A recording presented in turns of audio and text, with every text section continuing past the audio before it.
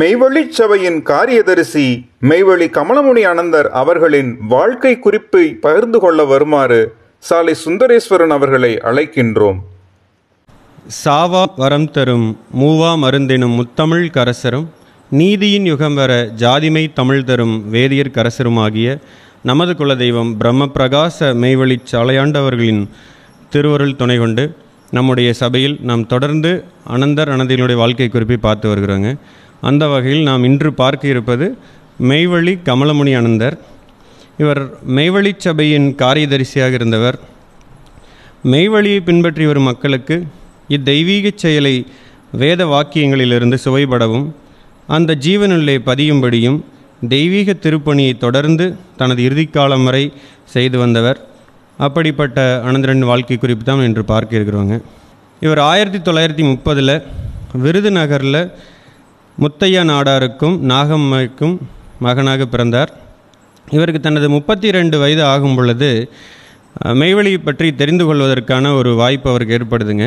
இவர் வியாபாரியாக இருக்கிறார். அது வியாபாரி என்பது இந்த மளிகை கடைகளுக்கு ஒரு மாவட்டங்களாக வேறு ஊர்களுக்கு சென்று அந்த ஹோல்சேல் அப்படின்னு சொல்கிறதுல ஒரு பொருட்களை இருக்கதும் பயணம் செய்கிறதாக வாழ்க்கை அவரது இருக்குது. இவர் எந்த ஊருக்கு வியாபாரம் செய்ய போனாலும் முதல்ல தேடுறது அந்த ஊரில் இருக்கக்கூடிய ஒரு கோயில் தான். அந்த கோயிலுக்கு சென்று வழிபாடு செஞ்சதுக்கப்புறம் தான் வியாபாரத்தை ஆரம்பிப்பாங்க. அதில் அவங்க குறிப்பிடும் பொழுது இப்போ வியாபாரம் செய்கிறவங்க எல்லாமே அவங்களுக்கு தொழில் சிறப்பாக இருக்குன்னு நினைப்பாங்க இல்லையா. இவரும் கோயிலுக்கு செல்வது நிறைய பணம் சம்பாதிக்கணும், வியாபாரம் நல்லா இருக்கணும் வேண்டதாக இருந்தாலும் அவருக்குள்ளே ஒரு கேள்வி இருந்துக்கிட்டே இருந்துச்சு. அப்போ இறைவன்னா யார், கடவுள் எது, அந்த இறை வஸ்து, அந்த நித்திய பொருள் எது அப்படிங்கிற தெரிஞ்சுக்கணும் அப்படிங்கிற ஒரு ஆர்வம் மட்டும் அவருக்கு இருந்துகிட்டே இருந்தது. இப்படி இருக்கிற சூழ்நிலையில் தான் அவர் ரயில் பயணத்தில் அவர் மதுரையிலேருந்து சிதம்பரம் போயிட்டுருக்கும் பொழுது கடலூர்லேருந்து மெய்வழி ராமலிங்க அனந்தர் அவர் போலீஸ் அதிகாரியாக இருக்கார். அவர் கடலூர்லேருந்து ஒரு கைதியை ஜெயிலுக்கு மதுரைக்கு கூட்டி வர்றதுக்காக வந்துட்டுருக்காங்க. அப்படி வரும்பொழுது எதிர்த்த சீட்டில் தான் யார் உட்காந்துருக்காங்கன்னா மெய்வழி ராமலிங்க அனந்தர் உட்காந்துருக்குறாங்க. மெய்வழி கமலமுனி அனந்தருக்கு ஒரு பயம், ஏன்னா போலீஸ்னாலே ஒரு பயம்தான், அதுலேயும் ரிசர்வ் போலீஸு கையில் துப்பாக்கிலாம் வச்சுருப்பாங்க அப்படின்ட்டு அவர் ரயில் பயணத்தில் ஒரு புத்தகங்கள் கதைகள் படிக்கக்கூடியது வழக்கமாக வச்சுருந்தார். அப்படி புத்தகத்தை படிச்சுக்கிட்டே கீழே இறக்கி பார்க்குறாரு. எதிர்த்து அப்படி மெய்வழி ராமலிங்க அனந்தர் அவங்களும் ஒரு புத்தகத்தில் படிச்சுட்ருக்குறாங்க. இவர் நினைக்கிறது என்ன அப்படின்னா, மெய்வழி கமலமுனி அனந்தர் இந்த ரயில் பயணம் முடிய வரைக்கும் இவர் நம்மகிட்ட பேசிடவே கூடாது அப்படின்னு தான் நினைக்கிறாரு. அப்புறம் அவர் நினச்சி முடிக்கல. அதுக்குள்ளே தம்பி நீங்கள் என்ன படிச்சுட்டு இருக்கிறீங்க அப்படின்னு அவர் மெய்வழி ராமலிங்க அனந்தர் கேட்டோன்னே இந்தாங்க அப்படின்ட்டு என்னோட கையில் இருக்கக்கூடிய அந்த கதை புத்தகத்தை கொடுத்துட்றாரு. அவர் மெய்வழி ராமலிங்க அனந்தர் அவர் கையில் படிச்சுட்டு இருந்தார். ஆதிமி உதயபூரண பாடல் தான் படிச்சுட்டு இருந்தார். அந்த தொகுப்பையும் இவர் கையில் கொடுத்துட்டு அவங்க கேட்குறாங்க, உங்களை பார்த்தா நீங்கள் நிறைய ஊர்களுக்கெல்லாம் போய் நிறைய கோயிலெலாம் வழிபடக்கூடிய ஒரு வேண்டுதல் வைக்கக்கூடிய ஆளாக இருக்கிறீங்களே அப்படின்னு கேட்கும் பொழுது இவரும் ஆமாங்க, நான் அப்படி வியாபாரம் செஞ்சிட்ருக்கேன், போகிற இடத்துக்கெல்லாம் நிறைய கோயிலுக்கெல்லாம் போயிருக்கேன் அப்படின்னு இவருடைய பேச்சுக்களை கொடுக்கும் பொழுது மெய்வழி ராமலிங்க அனந்தர் இது போன்ற ஒரு எல்லை இருக்குது, நீங்கள் தெய்வீகத்தை பற்றி முறையாக தெரிஞ்சுக்கிறதுக்கு இந்த மெய்யை பற்றி அறிந்து கொள்ளுறதுக்கு ஒரு இடம் இருக்குது, மெய்வழிச்சாலைன்னு இருக்குது அப்படின்னு அவர் சொல்கிறாரு. இப்போ தான் அவங்களுக்கு இந்த மெய்வழிச்சாலை அப்படிங்கிற எல்லை எப்படி உலக மக்கள் எல்லோருக்குமே தெரியாத கூட்டத்தில் இருந்தாங்களோ அதுபோல தான் நானும் இருந்தேன். முதல்ல அந்த வார்த்தை என் காதில் விழுந்தது அப்படிங்கிறாங்க. அதோடு அங்கே அவர் குறிப்பிட்ட வார்த்தை நிஜமான தெய்வம் அங்கே இருக்குது அப்படின்னு மெய்வழி ராமலிங்க அனந்தர் சொல்கிறாங்க. இதை கேட்ட உடனே அப்போ நாம் வழிபடுறதெல்லாம் பொய்யான தெய்வமா அப்படின்னு அவருக்கு கேட்ப, நிஜமான தெய்வம்னா அதை போய் பார்த்துடணும் அப்படிங்கிற ஒரு எண்ணம் விழுகுது. அதுக்கப்புறம் இவர் நிறைய விஷயங்கள் 2 பேர்த்துக்குள்ளே பேசிகிட்டே இருக்கிறாங்க. மெய்வழி ராமலிங்க அனந்தர் நிறைய தெய்வத்தை பற்றி சொன்னாலும் இவர் காதில் எதுவுமே விழுகலை. அந்த நிஜமான தெய்வம் அப்படிங்கிறத மட்டுமே அவர் காதில் ஒழிச்சிக்கிட்டே இருக்குது. மதுரை வந்ததும் அவர் இறங்கி அவருடைய வேலையை பார்க்க கிளம்பிடுறாங்க. இவர் வியாபாரத்தெல்லாம் சிதம்பரத்தில் முடிச்சுக்கிட்டு திரும்ப புதுக்கோட்டை அடைஞ்சிடுறாங்க பஸ் ஸ்டாண்டு. அங்கேருந்து மதுரை போகணும். இவருக்குள்ளே 2 எண்ணங்கள் ஓடிட்டே இருக்க முடியும் என்ன எடுக்கலான்ட்டு. ஏன்னா அவர் சொல்லும்போதே தெளிவாக சொல்லிவிட்டாங்க, நீங்கள் தள்ளி போடாதீங்க ஒரு விஷயத்தை, அது பெரியவங்களை பற்றி தெரிஞ்சுக்கணுன்னு ஒரு காதில் விழுந்துச்சுன்னா நீங்கள் எக்காரணம் கொண்டு தள்ளி போடக்கூடாது, அப்புறம் அப்படின்னு நினச்சிங்கன்னா அது அப்புறம் இல்லாமலே போயிடும் அப்படிங்கிறதும் தீர்க்கமாக சொன்னதுனால அங்கே ஆனால் அவர் வியாபாரம் செஞ்சது அந்த பணமெல்லாம் நிறைய வசூலாகுது. அதெல்லாம் அந்த தோல் பையில் இடுப்பில் கட்டியிருக்கிறாரு. இதெல்லாம் கொண்டு போய் கொடுத்துட்டு மறுபடியும் சாவகாசமாக ஒரு நாள் வரலாமான்னு ஒரு எண்ணம் வருது. இல்லை அவர் வேறு தள்ளி போடக்கூடாதுன்னு சொல்லியிருக்கிறாரு, நம்ம மெய்வழிச்சாலை போய் பார்த்துடலாங்கிற ஒரு எண்ணம் வருது. சரி முடிவு எடுப்போம் அப்படின்ட்டு முதல்ல எந்த பஸ் வருதோ ஏறிடலாம். அங்கே புதுக்கோட்டை பஸ் ஸ்டாண்டில் மதுரைக்கு பஸ் வந்துன்னா மதுரையே ஊருக்கு போயிடலாம், அல்லது அன்னவாசல் பஸ் வந்துச்சுன்னா அன்னவாசலுக்கு போகலான்னு நினைக்கிறாரு. ஏன்னா அப்போ வந்து மதுரைக்கு தான் அதிக பஸ்ஸுகள் வந்து பேருந்து வசதி இருக்கும், அன்னவாசலுக்கு அப்பப்போ தான் இருக்கும். ஒரு பஸ்ஸு முன்னாடி வந்து நிற்குத ஒரு அண்ணாந்து பார்க்குறாரு, அன்னவாசல்னு எழுதியிருக்குது. சரி, அவர் நிஜமான தெய்வம்னு சொல்லிக்கிறாரு, தெய்வமே அனுப்பிச்சிட்டாங்க வண்டியை, ஏறிடுவோன்னு ஏறிட்டார். ஏறி அன்னவாசல் வந்து அடைஞ்சிடறாரு. அன்னவாசல் வந்ததுக்கப்புறமா பேருந்து கிளம்பிடுது. ஒரு கடையில் விசாரிக்கிறார், மெய்வழிச்சாலைக்கு எப்படிங்க போகிறது அப்படின்னோடனே அவர் மேலேயும் கீழையும் பார்த்துட்டு, எப்போ உனக்கு ஒரு வேலையே இல்லையா, ஆளை பார்த்தா இளம் வயசாக இருக்கிற, அங்கே எதுக்குப்பா போகிற அப்படின்னா, அங்கே போனால் மை போட்டுருவாங்க, நீ அங்கேயே இருக்க வேண்டியதான் அப்படின்னு ஒரு நெகட்டிவாக நிறைய விஷயங்கள்லாம் சொல்கிறாரு. சொல்லிவிட்டு சரி போ, அதை அங்கிட்டு போ அப்படின்னு கை காமிச்சு விட்டுறாரு. அது ஒரு குறுக்கு வழி பாதை, மெய்வழிச்சாலைக்கு போகக்கூடிய ஒரு குறுக்கு வழி பாதை, ஒத்தையடி பாதை. இதுலேயே மெய்வழி கமலமணி ஆனந்தரும் அப்படியே நடந்து போயிட்டு இருக்காங்க. மெய்வழிச்சாலைக்கு வந்து நம் தெய்வம் அவர்களை சந்தித்த முதல் நிகழ்வு பற்றி பகிர்ந்து கொள்கிறார்கள். மெய்வழிச்சாலை அடைஞ்சதும் அங்கே இருக்கக்கூடிய ஒரு அனந்தர்கிட்ட, இப்படி நான் வியாபாரியாக வந்திருக்கிறேன், மெய்வழி ராமலிங்க ஆனந்தர் போலீஸ் அதிகாரி கடலூர் இருக்கக்கூடிய இந்த எல்லையை பற்றி சொன்னார், தெரிஞ்சிக்கலான்னு வந்திருக்கிறேன் அப்படிங்கும் பொழுது அவங்க தவச்சியல் ஆனந்தர் தான் அங்கே இருக்காங்க. சரி வாங்க அப்படின்ட்டு தெய்வத்தை சந்திக்கிறதுக்கு கூட்டிகிட்டு போகிறாங்க. இப்போ அவர் போகும்பொழுது தெய்வம் ஆசனத்தில் அமர்ந்துருக்கிறாங்க. அவர் வெளியிருந்தே பார்க்குறாரு. அந்த தோற்றம் இவருக்கு எப்படி இருக்கான், ஒரு காந்தம் வந்து போட்டு இழுக்கிறது போல் அவருக்கு அங்கே தோன்றதா சொல்கிறாங்க. அந்த தெய்வ சக்தி அந்த உள்ள எல்லையில் நுழைஞ்ச உடனேயே ஒரு தேவ மனம் வீசுது, ஒரு நல்ல மனமாக இருக்குது, வித்தியாசமான அனுபவமாக இருக்குது. இவர் அங்கே ஒரு சாத்துக்குடி தான் கொஞ்சம் வாங்கிட்டு வந்துருக்கிறாரு, தாம்பாளத்தில் வச்சு தெய்வத்துக்கு சமர்ப்பிச்சுட்டு சாஷ்டாங்கமாக விழுந்து நமஸ்காரம் செஞ்சுட்டு எந்திரிச்சு கை கட்டி நிற்கிறாரு. தெய்வம் அவர்களும் நீங்கள் யார் என்னென்னு கேட்குறாங்க. அப்படி நான் ஒரு வியாபாரிங்க, இப்போ மெய்வழிச்சாலையை பற்றி தெரிஞ்சுக்கலான்னு வந்துருக்கிறேன் அப்படின்னா உட்கார சொல்லிவிட்டு, தெய்வம் உங்களுடைய பேர் என்ன அப்படின்னு கேட்குறாங்க. அவர் வந்துட்டு என்னுடைய பேர் சிவநேசன் அப்படிங்கிறாரு. அப்போது சிவநேசன்னா நீங்கள் சிவனை முதல்ல நீங்கள் பார்த்தா தானே, கண்டா தானே நேசம் வச்சுக்க முடியும் அவங்கள அப்படின்னு கேட்ட உடனே அவருக்கு ஒரு இந்த கேள்வி வித்தியாசமாக இருக்குன்னு நினைக்கிறதுக்குள்ள சரி அது இருக்கட்டும், உங்களுக்கு தெரிஞ்ச பாடல் ஏதாவது இருந்தால் பாடுங்களேன் அப்படின்னு தெய்வம் கேட்குறாங்க. இவரும் திருநாவுக்கரசனுடைய பாடல் ஒன்று பாடுறாரு, அவருக்கு பிடித்த பாடல், அடிக்கடி பாடிட்டு இருக்கக்கூடிய பாடல். குனித்த புருவமும் கொவ்வை செவ்வாயில் குமின் சிரிப்பும் பனித்த சடையும் பவளம்போல் மேனியில் பால் வெந்நீரும் இனித்தமுடைய எடுத்த பொற்பாதமும் காணப்பெற்றால் மனித பிறவியும் வேண்டுவதே இந்த மாநிலத்தே அப்படின்னு பாடலில் பாடி முடிக்கிறாங்க. தெய்வம் அவர்களும் அப்போது இந்த மனித பிறவி எடுத்தனுடைய நோக்கமே இறைவனை பார்ப்பதற்காகத்தான் அப்படின்னு இந்த பாடலில் குறிப்பிட்டிருக்காங்களே அப்படின்னு அந்த கேள்வியை கேட்டோன்னா இவங்களுக்கு இது ரெண்டு கேள்வியுமே ரொம்ப ஆச்சரியத்தை ஏற்படுத்துச்சு. இவ்வளோ நாள் இது தெரிஞ்சிக்காமல் இருந்துட்டுமே நினைக்கும் பொழுது தெய்வம் அவங்ககிட்ட அப்படியே பேசிகிட்டே வராங்க. இப்போ தெய்வம்னா என்ன அப்படின்னு கேட்குறாங்க. இப்போ தெய்வம் அப்படின்னாலே கவ்வி பிடித்தல் அப்படிங்கிறாங்க. அது உங்களை பிடிச்சிருக்கங்காட்டி தான் நீங்கள் நடமாடிக்கிட்டு இருக்கீங்க.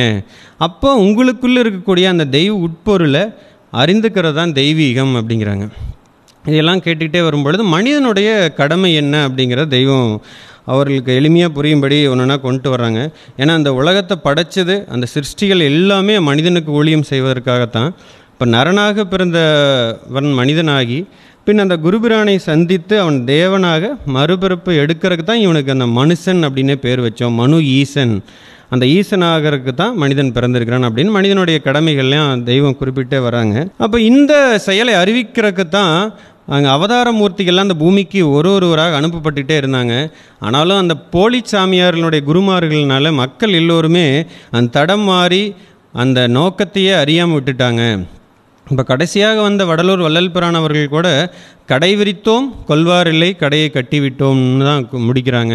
அவங்க மூடின அந்த கடையை இன்னைக்கு இந்த எல்லையில் இந்த கடையை இங்கே மீண்டும் திறக்கப்பட்டு சர்வ மத ஜாதி மக்கள் எல்லோருத்திற்குமே அவரவர் விருப்பப்படி ஏற்றவாடு இங்கே கொடுக்கப்பட்டு வருகிறது அப்படின்னு தெய்வம் குறிப்பிட்டு. அப்போ அவர் வந்த நேரம் தெய்வம் தவத்துக்கு போகிற நேரமானதுனால ஒரு கொஞ்ச நேரம் தான் அவங்களுக்கு பேசுறதுக்கு வாய்ப்பு கிடைக்குது. சரி நீங்கள் வியாபாரி தானே, அப்பப்போ இந்த பக்கம் வரும் பொழுது பார்த்து கேட்டு தெரிஞ்சுக்கிட்டு போங்க, தவத்துக்கு போகிற நேரமாகுதுன்னு கானக தவமாலைக்கு தெய்வம் அவர்களும் சென்றாங்க.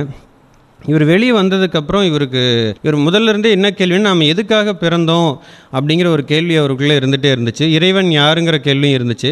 இதற்கான விளக்கம் கிடைக்கக்கூடிய இடமாக இருக்கே அப்படின்ட்டு வெளியே வந்துட்டு தேம்பி அழறார். இவ்வளோ நாள் நம்ம வாழ்க்கையை வீணடிச்சிட்டோமே அப்படின்ட்டு.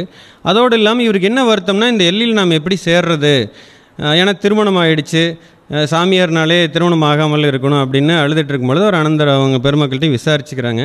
அப்போது எனக்கு திருமணம் ஆயிடுச்சுன்னு சொல்லும்போது, இங்கே கல்யாணம் ஆனால் தான் இங்கே வந்து அங்கத்தினரே ஆக முடியுங்காட்டி பரவாயில்லையே அப்படின்னு எங்களுக்கு குழந்தை குட்டிகளே இருக்காது, ரொம்ப மகிழ்ச்சி ஒன்றும் இதில்லை அப்படிங்கும்போது, நான் அப்படி வியாபாரம் பண்ணிகிட்டு இருக்கிறேங்க, அதனால் என்ன இப்போ நான் வியாபாரம் பண்ணாமல் எப்படி பொருள் ஈட்டுறது, குடும்பத்தை எப்படி பார்த்துக்கிறது, திருடியாக குடும்பத்தை நடத்த முடியும், வியாபாரம் பண்ணலாம், இதில் இருந்துக்கலாம்னா அவருக்கு ரொம்ப சந்தோஷம். சரி, அப்போ எல்லாத்தையும் இருந்துகிட்டே நம்ம அந்த தெய்வீகத்தில் தெரிஞ்சுக்கலாம் போல் அப்படின்ட்டு அந்த மெய்வெளிச்சாலை எல்லை விட்டு வெளியே வரும்பொழுது அவருடைய உணர்வை வெளிப்படுத்துகிறாரு. அது அப்படியே அந்த காற்றுல ஆவியாக எப்படி கலந்து போகுமோ அந்த மாதிரி உடல் இருக்கிறதே உணர முடியலையாம். வெளியே வந்த உடனே காற்றுல பறக்கிற மாதிரியே அவருக்கு இருக்குது அப்படிங்கிறாரு. விருதுநகர் வர்றதுக்கு முன்னாடியே அவர் சென்ற மாதம் வந்து மார்கழி மாதம். அப்போ அவங்க அனந்தர்கள் வந்து கிளம்பும்போதே அனந்தருக்கு அவங்க என்ன குறிப்பிட்றாங்க அப்படின்னா, வரக்கூடிய 29 மார்கழி 29 திருவதார் திருநாள் இருக்குது, அதை ஒட்டி வரக்கூடியதெல்லாம் தைப்பொங்கல் திருவிழாவெல்லாம் விசேஷமாக இருக்கிறதுனால நீங்கள் அப்போ வந்தீங்கன்னா இன்னும் நிறைய தெரிஞ்சுக்கலாம் அப்படின்ட்டு திருமுகத்தையும் கையில் கொடுத்து அனுப்புகிறாங்க. இவரும் எதிர்பார்த்துட்டு இருக்கிறாரு, நம்ம அந்த திருவிழாவுக்கு வரும்பொழுது நம்ம நிச்சயமாக போயிட்டு அங்கே அங்கத்தினர் ஆகிக்கணும்னு எண்ணத்தோடு தான் திருவிழாவுக்கும் வர்றாரு. வந்து தெய்வத்துக்கிட்ட விண்ணப்பித்து அங்கத்தினர் ஆகிறாங்க. அவருடைய மெய்வெளிச்சாலை அங்கத்தினர் எண் வந்து 2128ங்க. இதற்கப்புறமா மெய்வெளிச்சாலைக்கு வருவதும் போவதுமாக ஒரு சில காலங்கள் அப்படியே இருக்கார். வீட்டில் அவங்க மனைவிக்கு தெரியாது, அவங்க சொன்னாலும் புரிஞ்சிக்கக்கூடிய மனநிலையில் இல்லை. இருந்தாலும் அவருக்கு என்ன ஆசைனா, நிச்சயமாக நம்ம மனைவியும் கூட்டிகிட்டு வந்து இந்த மெய்வெளியில் அங்கத்தினர் ஆக்கணும், அவங்களையும் மெய்வெளிச்சாலைக்கு அழைச்சிட்டு வரணும்னு எண்ணம் மட்டும் இருக்குது. அதற்கான ஒரு நாளும் எதிர்பார்த்துட்ருக்காரு. அப்படி இருக்கும்போது தெய்வம் பிரசங்கம் பண்ணுறதுக்காக மதுரைக்கு வர்றாங்க. அது கிட்டத்தட்ட அவங்க சொந்தக்காரங்கள்லாம் மதுரையில் நிறைய இருக்கிறதுனால இப்படி எங்கள் குருபிரான் வராங்க, அவங்கள சந்திக்கு கூட்டிகிட்டு போகிறோன்னு மனைவியார் அழைச்சிக்கிட்டு மதுரைக்கு வந்துடுறாங்க. அவங்களுக்கு இதை பற்றி தெரியாது இல்லையா. ஆனால் இவங்க வந்து பழம் புஷ்பம் இதெல்லாம் வச்சு தெய்வத்துக்கு தரிசனம் பண்ணுற கொடுக்குறாங்க. இவங்களும் போய் வச்சுட்டு தள்ளி நின்று கை கட்டி நின்றுக்கிறாங்க. இவங்களுக்கோ கோபம், ஏன்னா தெய்வத்தை வந்திருக்காங்க, ஒரு நமஸ்காரம் பண்ண மாட்டியா விழுந்து வேணமான்னு இவர் கோவத்தில் அவங்கள பார்த்து அதட்டுறாங்க, திண்டமாட்ட நிற்கிறியா அப்படின்னு மிரட்டுறாங்க. அதை கூட கோவமாக தெய்வம் பார்த்து, நீ அமைதியாரு, அவளுக்கு என்ன தெரியும், இப்போ தான் புதுசாக வந்திருக்கிறான்னு இவரை இது பண்ண உத்தரவு தெய்வமேன்னு இவரும் அமைதியாக பார்க்குறாங்க. தெய்வம் அவங்கள அழைச்சி அவங்க திருக்கரத்தால் ஒரு பழம் அதை எடுத்து கையில் கொடுத்தாங்க. அவரும் குறிப்பிடுறாரு, அந்த பழத்தில் என்ன வச்சு கொடுத்தாங்களோ என்னமோ அந்த பழத்தை வாங்கி பிரசாதத்தை ஒன்று நானும் சாலைக்கு வந்துடுறேன் அப்படின்னு மனைவியார் சொன்னாங்க. அடுத்த திருவிழாவுக்கு மனைவியும் அழைச்சிட்டு வராங்க. அந்தப்போ வந்து புரட்டாசி திருவிழா பஞ்சாட்சர அமுது கையில் கொடுக்கும் பொழுது இவங்களும் போய் நீட்டுறாங்க. யார், நம்ம மெய்வெளி கமலமணி ஆனந்தர் அவருடைய மனைவியாரும். அப்போது அங்கத்தினர் ஆகாதவங்களுக்கு, காஷாயம் வாங்காதவங்களுக்கெல்லாம் அமுது இல்லையேன்ட்டு தெய்வம் அடுத்தவங்களுக்கு கொடுத்துட்டு போயிடுறாங்க. இவங்களுக்கு இதை பார்த்தோன்னா பொறுக்க முடியல, நமக்கு கிடைக்காம போயிடுச்சு அப்படின்னு சொல்லி அது என்னென்னு கேட்டு இவங்களும் அங்கத்தினராகி காஷாயம் வாங்குறாங்க. அவங்களுடைய பேர் மெய்வெளி வசந்த ஆதி ஆனந்தகி. இப்படி தான் மெய்வெளியிலே இவருடைய பயணம் இருந்துகிட்ருக்கு. மெய்வெளி கமலமுனி ஆனந்தர் அவர்களின் பிரம்மோபதேச அனுபவங்களை பகிர்ந்து கொள்கிறார்கள். போல் நம்ம ஒவ்வொரு அனந்தர் குறிப்பிலும் நம்ம பார்த்துட்டே வந்தோங்க. பிரம்மோபதேச நாளை வந்து அவரவர்கள் அனுபவித்த அந்த தங்களுடைய வார்த்தை வடிவத்தில் உணர்வுகளையும் வெளிப்படுத்திட்டு பார்த்தோம். அந்த வரிசையில் மெய்வெளி கமலமுனி ஆனந்தரும் தாங்கள் அனுபவித்த அனுபவங்களை வரி வடிவமாக கொடுத்துக்கிறாங்க. அது பிரம்மோபதேச நாள் நடந்தது என்ன, அவர்கள் கண்ட காட்சி அனைத்துமே வரி வடிவாக அவங்களுக்கு கொடுத்தது அப்படியே பார்ப்பாங்க. மறுபிறப்பு அடைவதற்கு எங்களுக்கெனவே இறக்கப்பட்ட அந்த பிரம்மோபதேச இரவு கர்த்தாதிகர்த்தர் சாலையாண்டவர்களின் பரிசுத்த ஆவியால் ஞானஸ்நானம் செய்யப்பட்டு தேவ தேசிகேந்திரரின் பிரணவ குன்றுடைச்சூழில் நாங்கள் 27 பேர்கள் பிரம்மோபதேசம் பெற்றோம். அஞ்ஞானம் என்னும் அறியாமை திமிரத்தால் குருடாயிருந்த எங்களுக்கு தேவ காட்சிகளை பார்க்க வைத்து உயிர் துணையான தன்னை காண வைத்த நாள் அது. 30 முக்கோடி தேவர்களும் 40 எண்ணாயிரம் ரிஷிமார்களும் தீர்க்கதரிசியர்களும் அவதார மூர்த்திகளும் தாங்கள் தங்களின் போத அனுபவங்களை நிறைந்த வேதப்பாக்கள் பாடி அந்த ஆதிநாதரை தோத்தரித்த சாட்சி கூறிய மாதவனால் எங்களுக்கு விடிந்தது. பெருமாள் அவர்களின் ஜீவாமிர்தம் சுரந்து மறுபிறப்பெய்தி எங்கள் செவிமடலில் ஞானப்பால் தேனராய் பாய ஸ்வர்க்க பேரின்பம் உள்ளத்தில் பொங்கி பெருகியது. கண்களில் ஆனந்த கண்ணீர் அருவியென கொட்டியது. அவங்களுடைய பிரம்மோபதேச இரவை அவங்க கண்ட காட்சியை வர்ணிக்கிறாங்க. இதுவரைக்கும் நம்ம பார்த்ததில் அந்த பிரம்மோபதேசத்து காட்சியோடு இல்லாமல் இவருக்கு மெய்வழி கமலமணி ஆனந்தருக்கு தெய்வம் அவர்கள் அந்த நரக அக்னி, அந்த நரகம் எப்படி இருக்குது அப்படிங்கிறதையும் காமிக்கிறாங்க.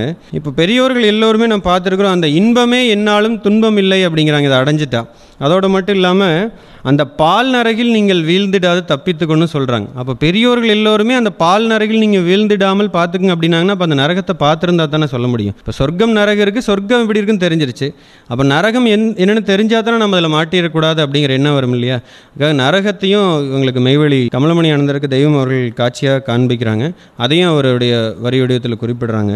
தன்னை அறியாதவர்கள் செத்ததும் நுழையப் போகும் நரக வாயிலாகிய மரணக்கடவு இது எனக்கு காட்டப்பட்டது. கடவுள் இல்லை என மறுப்பவர்களை விழுங்க அணையா தீக்குகை வாயில் திறந்தது. அதிலிருந்து மகா பயங்கரமாக வீறி அலரும் இறைச்சலுடன் குமுறும் செந்தி பீரிடுகிறது. அது தன் ஓலமிடும் கோர ஜுவாலை நாவை சுழற்றி நீட்டி இறைக்காக தாவி விரைகிறது. இது எல்லாமே இவங்க பார்க்கும் பொழுது ஒரு திரையிட்டு தூரத்திலிருந்து தான் தெய்வம் அவர்கள் காண்பிக்கிறாங்க. அந்த காட்சி எல்லாமே நான் தூராதி தூரத்திலிருந்தும் என்னை தன் தீரா பசிக்கு உணவாக்க முழு வீச்சாய் துளாவுகிறது. உணர்வு உதறி துடிக்க ஐயோ தொலைந்தேன், இந்த நரக அக்னியிலிருந்து என்னை காப்பாற்றுங்கள்னு கதறி அந்த காட்சியை பார்த்துட்டு அங்கேருந்து கதறி அழுகிறாங்க. தெய்வம் அவர்கள் அந்த நிலையிலிருந்து அவர் இறக்கி கொண்டு வராங்க. இது ரொம்ப நாள் கழித்து கூட அவருக்கு அந்த நரகத்தினுடைய அந்த வாடை அவங்கள விட்டே போகல, அந்த காட்சி மறையவே இல்லைன்னு குறிப்பிடுறாங்க. இவர் வியாபாரியாக இருந்தாலும் இவர் நல்ல படம் வரக்கூடிய ஒரு திறமையான இருக்கிறாரு. தெய்வம் அவர்களே நீங்கள் நரகத்தில் கண்ட காட்சியை வரைய சொல்லி உத்தரவு கொடுக்குறாங்க.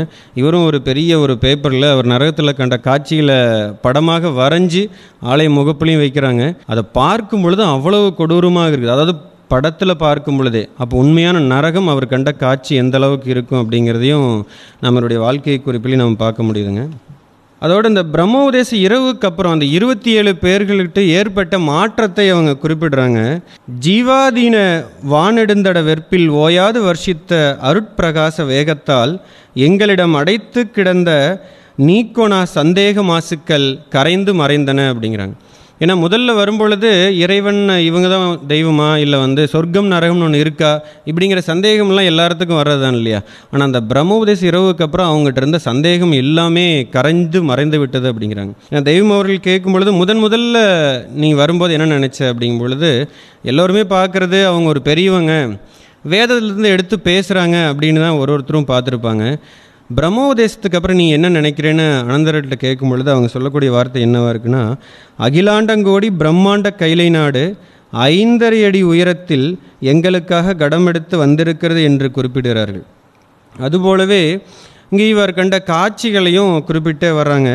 அவர்கள் என்றும் மாறாததும் முடிவுகோடு காண முடியாதுமாகிய புத்தம்புது சுத்தம் மிகுந்த நித்திய முத்திப்பொருள் தன் தனிப்பெரும் கவனம் வெளியே தெரியாது தன்னை மனித வடிவில் மறைத்து காட்டாதவனெல்லாம் காட்டி கொண்டிருக்கும் அதிஜய அதிசயமும் கண்டோம் அப்படிங்கிறாங்க. இவர் எத்தனையோ படிச்சிருந்தாலும் காதில் கேட்டிருந்தாலும் அந்த காந்த கோலமாய் காட்சி தந்து திருவாய் மலர இன்ப ஒளியில் எங்களை கேளாதனவெல்லாம் கேட்க வைத்து மெய்த்தித்திப்பில் சிலிர்க்கச் செய்தது அப்படிங்கிறாங்க.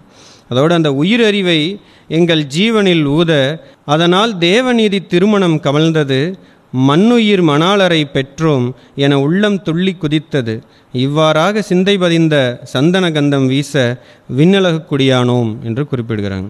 இதெல்லாம் பிரம்மோபதேச இரவெல்லாம் முடிஞ்சாலும் சில நாட்களுக்குள்ளே இவருக்கு என்ன நினைவுக்கு வருதுன்னா இந்த 2 காட்சியுமே நினைவுக்கு வந்து போகுது.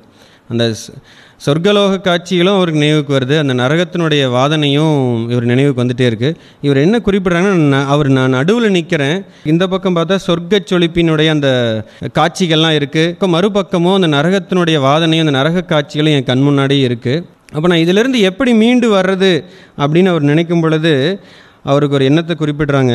குபீரென மறுமுனையும் முன் பழைய நரக நினைவு பின் இழுக்க அதோ கோரமாய் நாவை நீட்டும் நரகாகினி, இதோ இங்கே சொர்க்க ஜொலிப்பின் சொந்த சொரூபம் நடுவில் நான், பேராபத்து ஒரு பக்கம் அதனின்றும் மீட்பு ஒரு பக்கம், அறிந்து அடைந்த இந்த வைரமலையை நாம் இறுகி பற்றி கொள்ள வேண்டும், இப்போ இந்த வைர மலையை நம்ம பிடிச்சிட்டோம், தெய்வத்தை பிடிச்சிக்கிட்டோம் அப்படின்னா இதிலிருந்து தப்பிச்சுக்கலாம் அப்படின்னு அந்த நரக காட்சி அந்த கண்டதில் அவருக்கு ஒரு இந்த மெய்யில் ஊனி நிற்க ஒரு திடமான எண்ணம் வந்து அவருக்கு கிடைச்சதை குறிப்பிட்றாங்க. அதோடு இதெல்லாம் பார்த்துறதுக்கு அப்புறம் நம்ம சாலைவாசியாகவே ஆகணும் அப்படிங்கிற ஒரு எண்ணம் வருது. நம்ம ஒரு அனந்தர் குறிப்பிலையும் பார்த்தோம், அவங்க எல்லோருமே சிறிது காலம் வந்து தெய்வத்தை சந்திச்சு இருந்தோடனே சாலைவாசியாக வரணுங்கிற எண்ணம் வருது. இவருக்கும் சாலைவாசியாக ஆகணுங்கிற எண்ணம் வருது. சாலைவாசியாகவே குடியேறாங்க. ஆதி மான்மியத்தின் புகர் சமய பகுதியின் சிறப்பினை பற்றி நம் தெய்வம் அவர்கள் அருளிச் செய்தவற்றை பகிர்ந்து கொள்கிறார்கள். தெய்வம் அவர்கள் இவங்களுக்கு மான்மிய பகுதியிலிருந்து ஒரு கற்றுத்தரக்கூடிய ஒரு ஆச்சரியமான நிகழ்வையும் குறிப்பிடுறாங்க. புகர் சமய ஜெகத சத்துவ சத்து கணாமிய அப்படிங்கிற பாடலில் பாடி அதனுடைய விளக்கத்தை தெய்வம் அவர்கள் கொடுத்துட்டே வராங்க. அதில் என்ன அப்படின்னா, செவி சேர்ப்பு கொடுத்துதவு ஒளிருரை இன்னதென செவி இனிக்க உளம் கழிக்க கூறி வந்து, அதாவது நம்முடைய அகத்தில் எந்த விதமாக நம்ம காணுகிறோமோ அதுபோலவே அது பற்றி கேட்பவர்கள் உள்ளத்திலும் அப்படியே விளங்கி காணும்படியாக நிறுத்து நயமாக பேச வேண்டும் என்று தெய்வம் அவர்கள் கற்பித்தார்கள்ங்கிறாங்க. அதோடு அதில் இருக்கக்கூடிய அந்த நவநீதம் குறிப்பிடுறாங்க. கலாமளி ஏறு கவன லக்கணத்தொடர் கற்சுலாம் காயத்ரி ககன்வித்தை கமலைமணி கருவிராட் கதி சஞ்சீவி ஜீவகற்பகத்தரு விருட்சம் அனைத்தையும் தன்னுள் சூழாக கொண்ட பிரம்மஸ்த கூடவித்து ஆகிய அந்த 9 நவநீதம் அதனுடைய உட்பொருள் தான் நம்மளுடைய தெய்வம் என்றும் அவர் விளங்கிக்கிறாங்க. அதோடு அந்த நவநீதம் அந்த உட்பொருள் நம்ம தெய்வத்தினுடைய செயல் என்னங்கிறதையும் குறிப்பிடுறாங்க. எப்படி நம்ம ஒரு வெண்ணெயை வந்து ஒரு பதமானதில் காய்ச்சணும் அப்படின்னா அது செம்மை நிற ஒரு நெய்யாக மாறுதோ, அதுபோல் நம் தெய்வமர்கள் எப்படி மாற்றுறாங்க அப்படின்னா ஞானாகவில் கூட பார்த்துருப்போம், அந்த நிலை நிற்கா மனம் தன்னை நிறுத்தி வைப்பார். இப்போ நம் தெய்வம் அவர்கள் அந்த நிலை நில்லாத மனித நினைவை தன் தவாக்கினியால் உருக்கி இழக்கி மாறா நிலைபேறா பதப்பக்குவத்தில் ஏற்றி படிப்படியாய் ஒளிர் ஞான மணியாய் உருவாக்குதலே குருபிரானுடைய செயல் என்றும் அந்த பிரம்மசூத்திர பொருள் திறம்படி அறியும்படி எனக்கு அருளினார்கள் அப்படின்னு குறிப்பிடுறாங்க. அதற்கப்புறமாக ஒரு சாலைவாசியாக வந்ததுக்கப்புறம் அவருக்கு ஏற்பட்ட நிகழ்வுகளையும் குறிப்பிடுறாரு. இப்போ சாலைவாசியாக வந்ததுக்கப்புறம் நம்ம தெய்வத்தை வணங்குறோம், அங்கே இருக்கிறோம் அப்படிங்கிறது மட்டும் இல்லாமல் அங்கே இருக்கக்கூடிய நம்ம திருப்பணிகளையும் எடுத்து செய்யணும் அப்படிங்கிறதுக்கு உதாரணமாகவும் மெய்வழி கமலமணி ஆனந்தர் அவங்க விளங்கியிருக்கிறாங்க. இப்போ அந்த ஆலயத்தில் இருக்கக்கூடிய விளக்குகளை எல்லாம் துடைத்து தீபமேற்றக்கூடிய திருப்பணியும் செஞ்சுட்டு வராங்க. அதோடு தெய்வம் யுகத்தவசு கானக மாளிகையில் இருக்கும் பொழுது அங்கே வெளியே காவல் நிற்கக்கூடிய ஒரு பாக்கியம் இவருக்கு கிடைக்குது. தைப்பொங்கல் திருவிழாப்போ தெய்வம் அவர்கள் ஒரு தோரண கரும்பு எடுத்து அவருடைய கையில் கொடுத்து, இது நீ செஞ்ச பணிக்காக உனக்கு நான் தரல, இப்பதியில் இந்த எல்லையில் நீ நிலைக்கணும் அப்படிங்கிறக்காக உனக்கு தரன்னு ஆசீர்வாதம் செய்து அந்த கொடுத்த நிகழ்வை மிக மகிழ்ச்சியோடு பங்கிக்கிறாங்க அவங்களுடைய வாழ்க்கை குறிப்பில். அதோடு இவங்களுடைய மனைவியாரும் திருமாளிகையில் தீபம் ஏற்றக்கூடிய திருப்பணிகளை தொடர்ந்து செஞ்சு வந்ததுனால தெய்வம் அவர்கள் இவருக்கு விளக்கு நாச்சியார் அப்படின்னு ஒரு பெயர் பரிசும் கொடுத்த நிகழ்வையும் பங்கிக்கிறாங்க.